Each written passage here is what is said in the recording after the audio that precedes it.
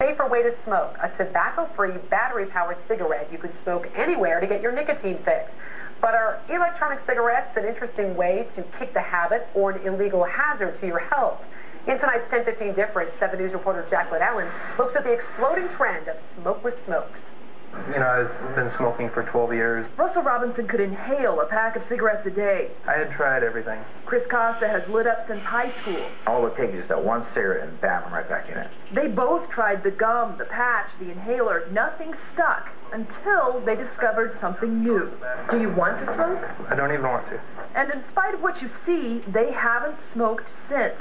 Not traditional cigarettes, anyway. It allows me to go through the motions without getting any of the bad stuff. Electronic cigarettes. Their popularity is exploding in Colorado. Since Boulder-based Smoker Friendly started selling them last month, all of our stores so far that have received the product have sold out of it at least 2 or 3 times.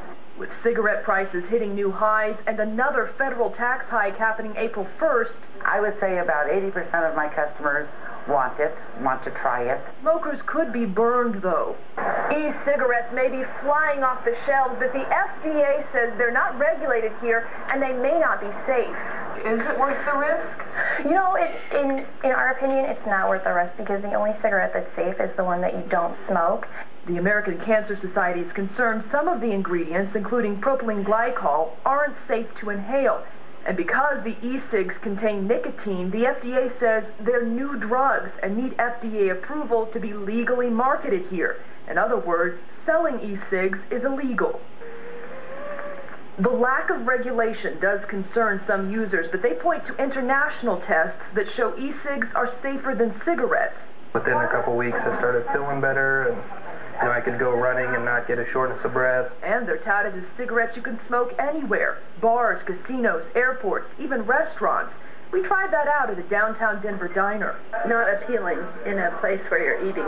And not everyone was thrilled with what e-cig makers say is a harmless water vapor. Why would I want to subject myself to that? And I don't know if he's really smoking a smokeless cigarette or a real cigarette.